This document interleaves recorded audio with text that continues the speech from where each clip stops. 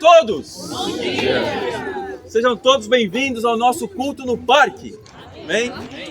E eu quero começar com uma situação que aconteceu, uma situação interessante que aconteceu antes de ontem.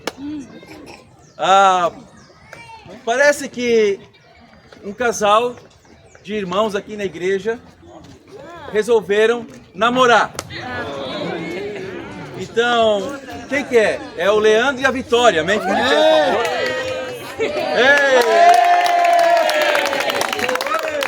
Então, não sei se você nos visita hoje, nós comemoramos cada namoro, porque são namoros puros, amém? Dedicados a Deus, amém?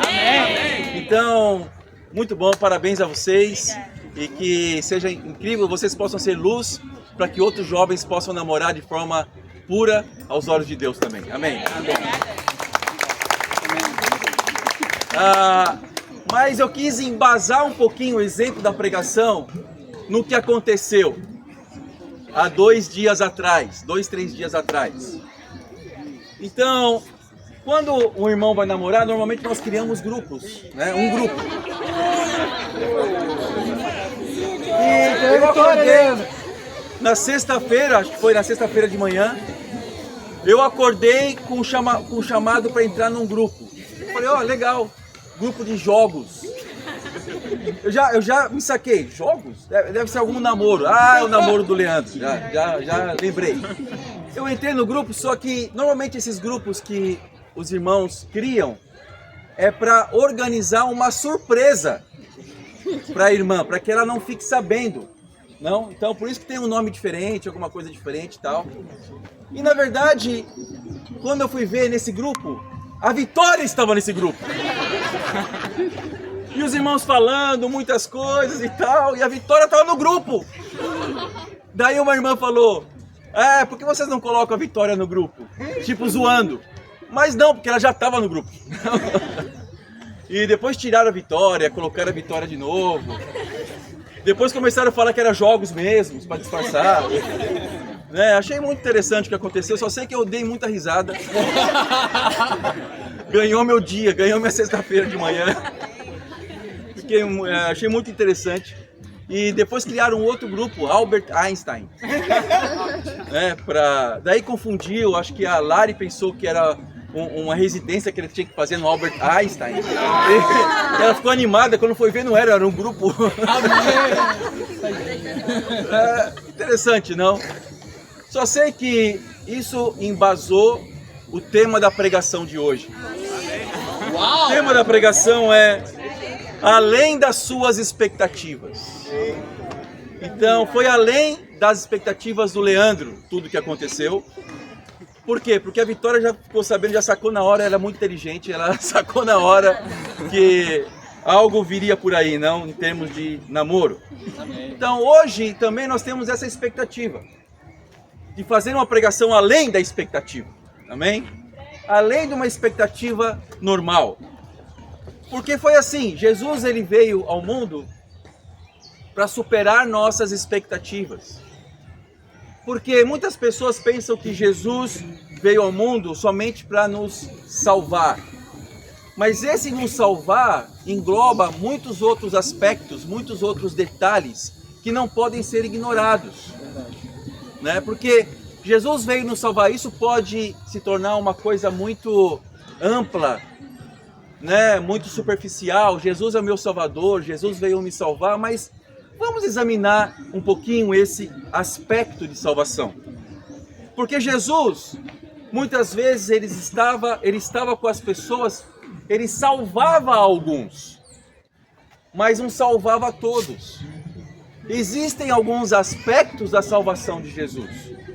Ainda que Jesus tenha vontade de salvar a todos, ele não salvava a todos. E nós vamos ver isso numa escritura, amém? Vamos lá para Lucas 17, versículo 11. Lucas 17, 11, mas antes vamos começar com uma oração, amém? Deus e Pai, muito obrigado pelo seu amor, obrigado por estarmos aqui nessa manhã. Que possamos sair daqui, Pai, além das nossas expectativas, Deus eterno, possamos sair daqui com decisões que podem mudar o rumo de nossas vidas. Para melhor, Pai eterno, para perto do Senhor. Obrigado por tudo, seja conosco, em nome de Jesus que oramos e agradecemos. Amém? Amém. Lucas 17, do versículo 11 ao 17, nós vamos ver uma dessas situações, onde Jesus curou algumas pessoas, mas salvou somente uma. Olha que interessante. Vamos lá. A caminho de Jerusalém, Jesus passou pela divisa entre Samaria e Galiléia. Ao entrar num povoado, 10 leprosos dirigiam-se a ele. Ficaram a certa distância e gritaram em alta voz: Jesus, mestre, tem piedade de nós. Irmãos, eles já reconheciam que Jesus era mestre. Todos eles já reconheciam que Jesus tinha capacidade para curá-los. Jesus tinha essa noção. Aliás, os leprosos tinham essa noção. Amém? Versículo 14. Ao vê-los, ele disse: vão mostrar-se aos sacerdotes. Enquanto eles iam, foram o quê? Purificados. Ou seja, os 10 leprosos foram curados. Versículo 15. Um deles, quando viu que estava curado, voltou louvando a Deus em alta voz. Prostrou-se aos pés de Jesus e lhe agradeceu. Este era samaritano. Jesus perguntou: não foram purificados todos os 10? Onde estão os outros 9? Ou seja, Jesus aqui está questionando: cadê os outros 9? Por que só você voltou? Uau! Forte, não? E é interessante esse texto, porque depois ele fala aqui no versículo 19. Vamos ler o 18 e 19. Não se achou nenhum que voltasse e desse louvor a Deus, a não ser esse estrangeiro. Então ele lhe disse: levante-se e vá, a sua fé o salvou. Interessante que a fé de alguns curaram. Aliás, a fé de todos curaram, mas a fé somente de um salvou. Por quê? Por que Jesus não salvou os outros 9 também? Por que Jesus salvou somente esse? Somente esse?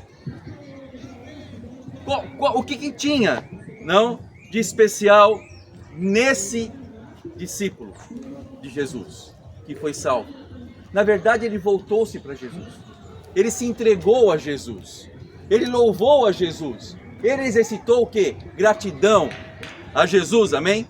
Isso deixa bem claro que esse Jesus que veio salvar o mundo não salva todos, ainda que Deus queira salvar a todos, mas salva aqueles que se voltam para Ele, amém? Então, eu quero animar cada um de nós, a nós nos voltarmos para Jesus, porque Jesus não é somente um ícone, Jesus não é somente uma pessoa que tem poder e que nós reconhecemos. Jesus não é uma pessoa somente a qual nós reconhecemos a sua grandeza, que Ele é mestre, que Ele é filho de Deus. Jesus é muito mais do que isso. Jesus precisa ser o Senhor de nossas vidas, amém? E há uma grande diferença entre fazer de Jesus um Senhor ou fazer de Jesus um ídolo. Nós queremos que Ele seja Senhor porque nós nos entregamos. Um ídolo somente recebe pedidos. Agora um Senhor, além dos pedidos, Ele recebe também a nossa vida. Pergunta que eu faço para todos hoje de manhã aqui, amém? Você tem se entregado a Jesus? O que é se entregar a Jesus? Hoje, nós temos que ter disposição para Jesus, amém? Esse foi o primeiro ponto da pregação. Só existe salvação quando você se coloca à inteira disposição de Jesus. Muito bom, irmão. E qual que é o desafio? Não coloque empecilhos quando alguém te convida para estudar a Bíblia. Marque estudos bíblicos para saber como se entregar a Jesus. Eu posso me entregar emocionalmente, somente, ou eu posso me entregar às minhas emoções e também à minha inteligência, as minhas atitudes. Eu posso entregar também tudo que eu tenho materialmente a Jesus. Eu posso entregar também as minhas, como posso dizer assim, as minhas relações, os meus amigos. Eu posso fazer de Jesus o Senhor, da minha vida inteira, não somente de parte da minha vida, não? Então essa é a proposta de hoje, nós nos entregarmos verdadeiramente a Jesus. Então qual que é o desafio? Procure alguém para estudar a Bíblia com você, para saber na palavra de Deus como se entregar verdadeiramente a Jesus, amém? Muito bom. Então isso é muito, é incrível. Eu lembro quando eu me entreguei a Jesus, não foi fácil, eu tive que vencer alguns desafios, porque existiam coisas na minha vida que não se condiziam com a palavra de Deus, e eu tinha que me arrepender dessas coisas. Eu não podia falar assim, eu me entrego a Jesus, mas eu não quero fazer o que Jesus quer. Se entregar a Jesus é querer fazer o que Ele quer, o que Ele deseja para a minha vida. Isso é respeitar Jesus. Se nós sairmos aqui nesse parque hoje e perguntarmos para as pessoas se elas amam a Deus, se elas amam Jesus, todas vão dizer que sim. Mas quando nós comparamos a Bíblia a nossas vidas, aí vai ter uma grande diferença. Por isso que nós precisamos nos reunir, nos afiar uns aos outros, amém? Encorajar uns aos outros. A Bíblia usa a palavra uns aos outros várias vezes. Precisamos nos encorajar, precisamos interagir uns com os outros para nós aprendermos a sermos iguais a Jesus, não? E imitadores de Jesus Cristo com a vida das outras pessoas com as quais nós estamos interagindo. Existe o discipulado também que nos ajuda, que nos desafia, amém? Onde é usada a palavra de Deus. Então eu quero inspirar cada um de nós. Então, qual é essa forma de seguir Jesus? Vamos para uma outra escritura. Romanos 10. Vamos lá, de 1 a 4. Bom, Renato, prega. Está contigo, Renato. Romanos 10, de 1 a 4.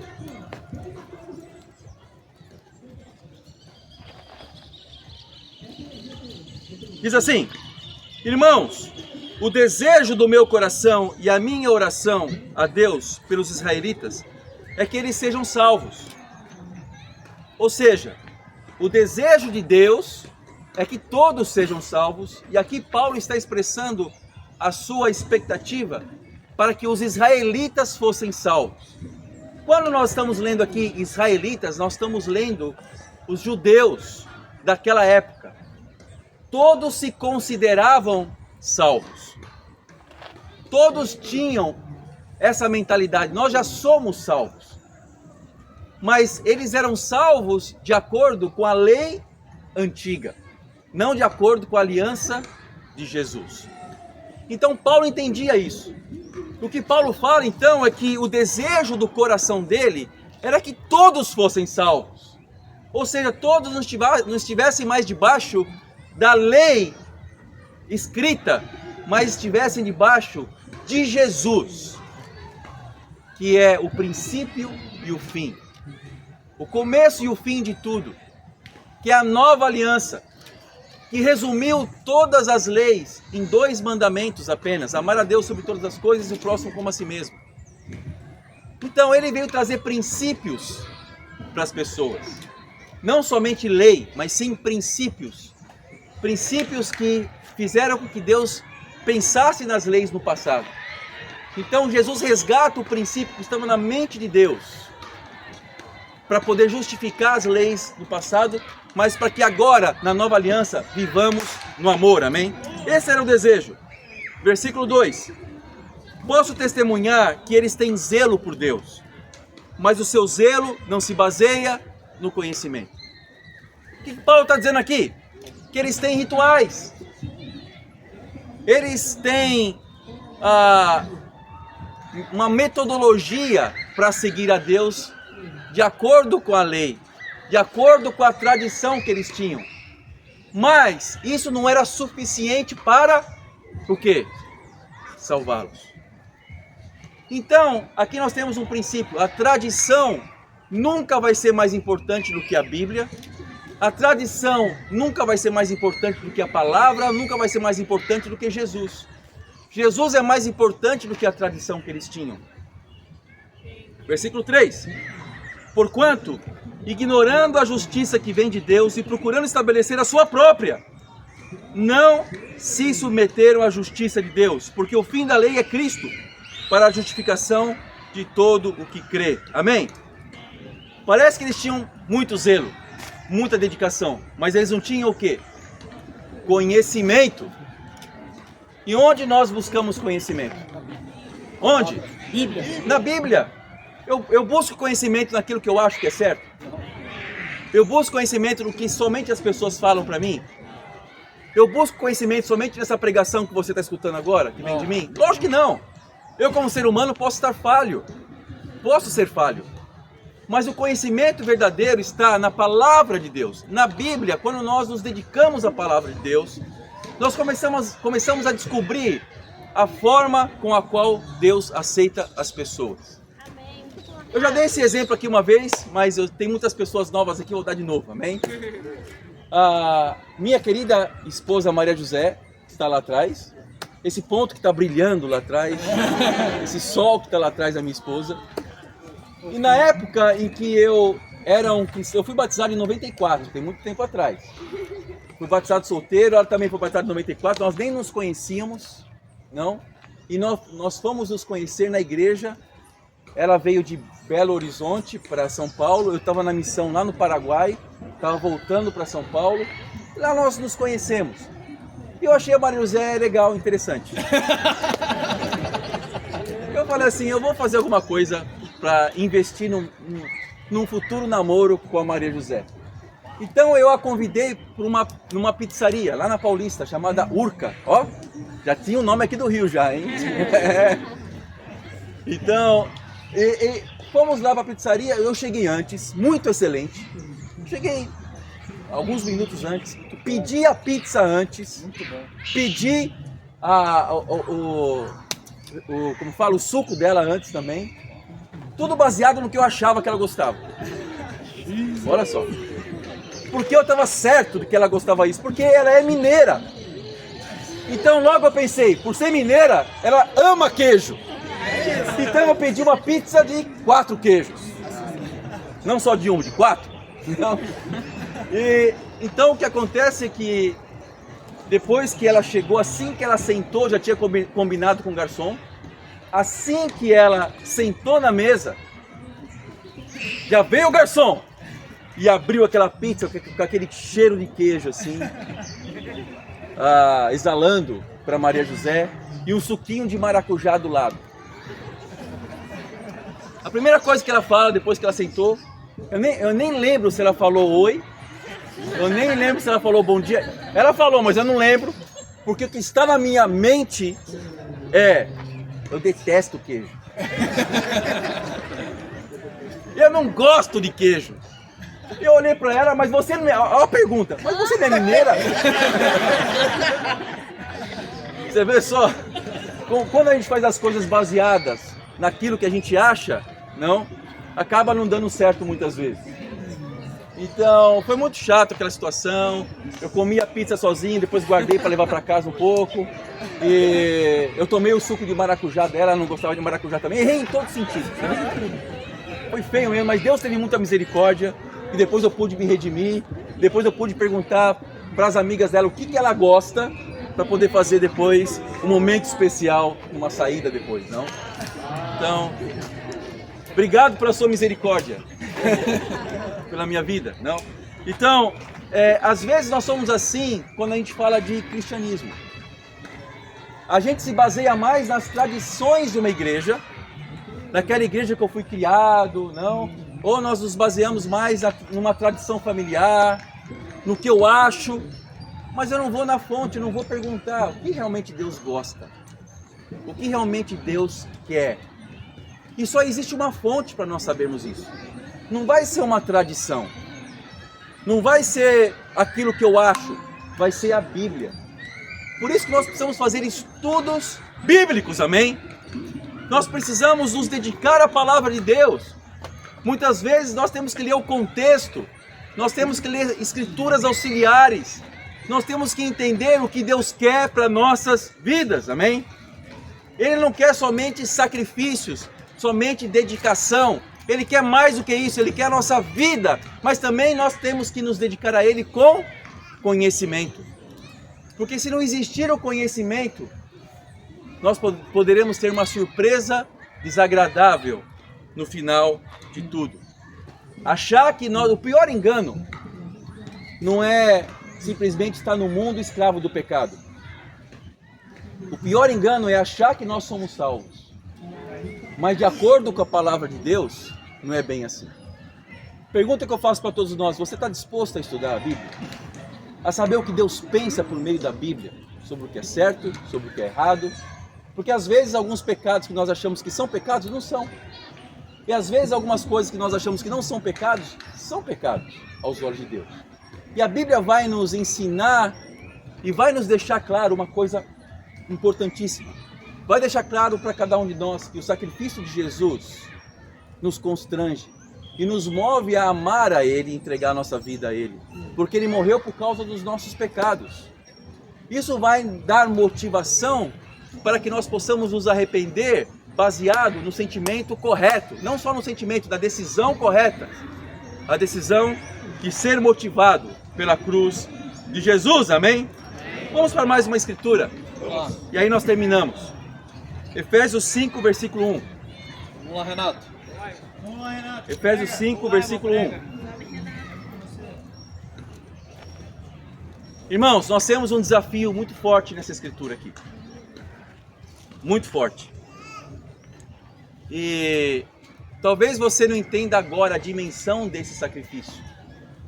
Mas a medida desse desafio, mas a medida em que nós começamos a exercitar e praticar esse desafio, nós vamos ver os desafios. Nós vamos ver a dificuldade. E nós vamos entender por que nós precisamos uns dos outros. Amém? Fala o seguinte: portanto, sejam imitadores de Deus. Uau! Sejam o quê? Imitador de Deus. Como filhos amados. Vivam em amor como também Cristo nos amou e se entregou por nós como oferta e sacrifício de aroma agradável a Deus. Ser um imitador de Deus nos tira do comodismo, nos tira das tradições, nos tira da religiosidade. Ser imitador de Deus nos impulsiona a sermos iguais a Jesus. Você já parou para pensar isso? Que nós somos chamados para sermos imitadores de Jesus? Não somente pessoas que admiram Jesus, que reconhecem Jesus como Senhor, mas Deus quer que nós sejamos como Ele. Esse é um grande desafio. Por quê? Porque pode existir na nossa mente aqui um grande nó que nós precisamos desatar. Qual que é o nó? Não é uma heresia achar que eu preciso ser como Deus? Qual é outro aspecto desse nó? Será que é possível ser um imitador de Deus? Não? O que eu posso falar para você, depois de algum tempo como discípulo de Jesus, é que eu tenho a completa noção que eu nunca vou ser igual a Jesus. Mas isso não me dá uma liberdade de não buscar e não lutar cada dia para ser mais parecido com Ele. Essa que é a questão. O quanto nós lutamos para sermos mais e mais parecidos com Jesus. E essa ideia de ser igual a Deus é um desejo de Deus. Ele quer que nós imitemos a Ele, mas ser imitador é diferente de ser igual. Por exemplo, se você compra um celular, e eu vi uma reportagem que existem agora muitos iPhones que são iPhones não originais, mas é uma imitação tão interessante que as pessoas confundem, não? Então nós somos esse telefone celular Xing Ling, né? Assim, esse é o nosso aspecto. Mas esses telefones estão cada vez mais parecidos. Alguns relógios precisam de peritos para saber se são a imitação ou não de um relógio caro original. Então, o nosso desejo é ser cada vez mais parecido, ainda que nós não sejamos o original. Nós não temos essa pretensão de ser igual a Deus, porque aquele que teve caiu do céu, que é Satanás. Mas nós temos a pretensão de sermos imitadores e esforçarmos o máximo, amém? Para sermos imitadores. Então eu quero animar cada um de nós, amém? A sermos imitadores, a saber o que eu preciso para ser imitador de Jesus Cristo. O que eu preciso fazer? Quais são as coisas que eu preciso me arrepender? O que é pecado? como Jesus viveu. Em cada situação que nós vivemos, nós temos que pensar o que Jesus faria no meu lugar, se estivesse ali. Porque nós temos desafios, nós temos guerras a enfrentar. Cada dia que nós acordamos é uma guerra que está nos esperando naquele dia. Vamos encontrar dificuldades, vamos encontrar coisas boas também, amém? Mas nós precisamos fazer tudo próximos e perto de Deus. Então eu quero animar cada um de nós a entregarmos toda a nossa vida para nós estarmos de acordo com a vontade de Deus, mais de acordo do que com os nossos sentimentos, com as nossas vontades. Porque Deus sabe o que é melhor, mais do que nós sabemos o que é melhor. Deus sabe o que é felicidade, mais do que nós sabemos o que é felicidade. Deus sabe o que vai fazer você uma pessoa satisfeita, feliz, com a consciência tranquila. E não há nada melhor do que nós deitarmos a cabeça num travesseiro com a consciência tranquila à noite e termos uma boa noite de sono. Porque sabemos que temos muitas dificuldades, temos muitos desafios, mas Deus não nos abandona. Pedro fala que nós temos que lançar nossas ansiedades a Deus, porque Ele cuida de cada um de nós. Então nós estamos debaixo do cuidado de Deus com a consciência tranquila, amém? Por quê? Porque Deus tem sido suficiente para mim e a cruz de Cristo é suficiente para que eu me arrependa. Então com isso, irmãos, amigos, eu quero animar cada um de nós a continuarmos estudando a Bíblia, amém? Continuarmos no caminho, porque no tempo certo Deus vai trazer a salvação para cada um de nós, e a Deus sejam dadas as glórias, amém.